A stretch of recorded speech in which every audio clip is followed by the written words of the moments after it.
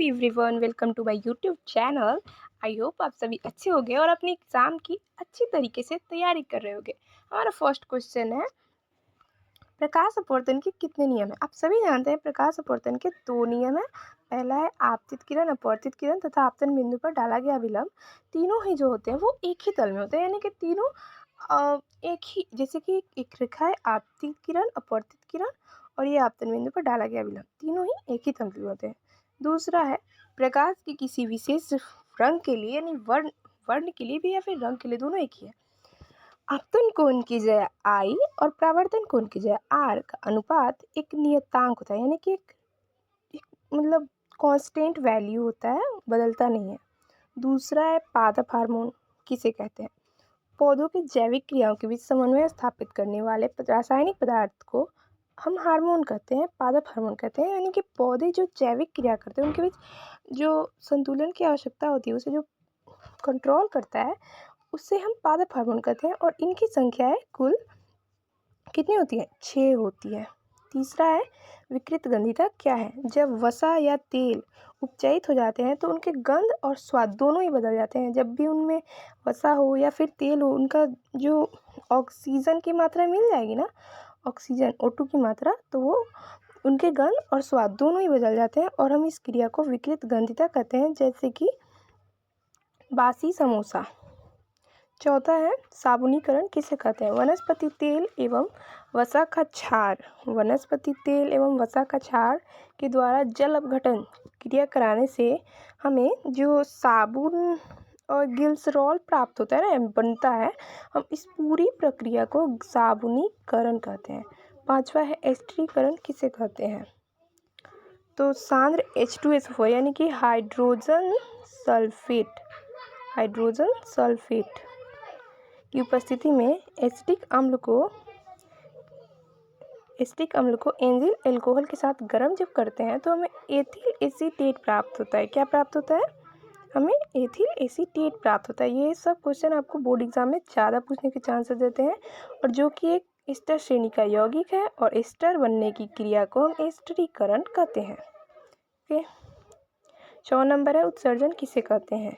किसी सजीव प्राणी के शरीर के अंदर उपस्थित अनावश्यक पदार्थ, यानी कोई जीव है, उसमें बेकार के पदार्थ पाए गए हैं, बेकार के जो उसके लिए यूजलेस है, उसको हम शरीर से जब विभिन्न अंगों के द्वारा, उत्सर्जी अंगों के द्वारा हम जब उसे शरीर से बाहर निकालते हैं, उस पूरी प्रक्रिया को हम उत्सर्जन कहते हैं। और जो पदार्थ आते हैं उसे उत्सर्जी पदार्थ कहते हैं, और जो अंग से आते हैं उन्हें उत्सर्जी अंग कहते हैं।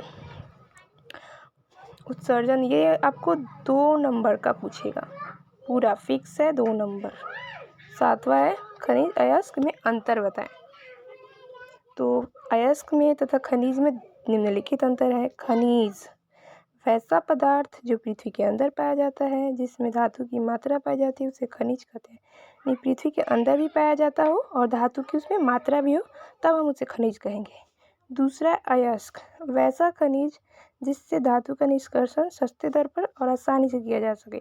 खनिज तो हो पर उससे धातु का निष्कर्षण बहुत ही सस्ते दर पे, यानी कि बहुत ही कम दामों पे हम उसे धातु प्राप्त कर सके, तो उसे अयस्क कहेंगे। 8वां है उत्तल लेंस को अभिसारी लेंस क्यों कहते हैं? उत्तल लेंस ऐसा होता है, ऐसा होता है, ऐसा उत्तल लेंस, और इससे जो प्रकाश आएगी या उससे अभिसारित कर दे तो हम उस अभिसारित कर देता है उत्तल लेंस, इसीलिए इसे अभिसारी लेंस कहते हैं। 9वां है प्रकाश संश्लेषण किसे कहते हैं? देखिए, सभी हरे पेड़ पौधे अपने भोजन के लिए, फिर कोई भी जीव अपने भोजन के लिए किसी न किसी जीव पे आश्रित रहता है, बट पेड़ पौधे जो होते हैं वो किसी पे आश्रित नहीं होते हैं, वो प्रकाश संश्लेषण की क्रिया करते हैं, वो भी खुद। वो इसमें क्या करते हैं? खुद से खाना बनाते हैं। तो हम इसे यहाँ लिखेंगे, सभी हरे पेड़ पौधे, सभी हरे पेड़ पौधे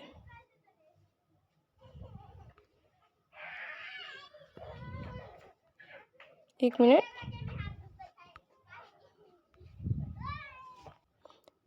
सभी हरे पेड़ पौधे पर्णहरित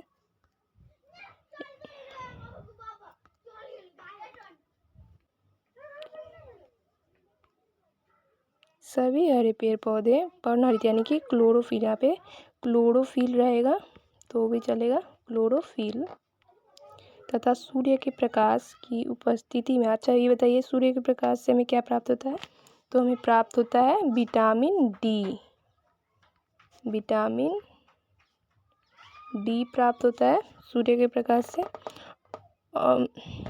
सूर्य के प्रकाश की उपस्थिति में वायुमंडल से CO2 ग्रहण करके कार्बोहाइड्रेट का निर्माण करते हैं और इस पूरी प्रक्रिया को प्रकाश संश्लेषण कहते हैं। पौधे प्रकाश संश्लेषण की क्रिया में जल जड़ से और ऑक्सीजन जल के टूटने से और कार्बन डाइऑक्साइड वायुमंडल से और उनमें पर्णहरित जो होता है वो स्वयं मौजूद होता है, जिनसे उनका भोजन आसानी से बन जाता है। और वो पेड़, सभी हरे पेड़ पौधे जो होते हैं, ये सभी में नहीं होते बल्कि सभी हरे पेड़ पौधे होते हैं वो स्वपोषी होते हैं, वे किसी पे निर्भर नहीं रहते। तो ऑप्शन में सभी हरे पेड़ पौधे रहे तो ही सही कीजिएगा, हरे पेड़ पौधे रहे तो भी सही है, बट पेड़ पौधे रहे तो गलत है, क्योंकि पेड़ पौधों में नीला, हरा, लाल बहुत सारे आते हैं। तो आप लोग सही से कीजिएगा, सभी हरे पेड़ पौधे ही कीजिएगा, बाकी का गलत हो सकता है, बोर्ड काट सकती है नंबर। तो थैंक्स फॉर वॉचिंग वीडियो। अब मिलते हैं अगले वीडियो में नए क्वेश्चंस के साथ। थैंक्स।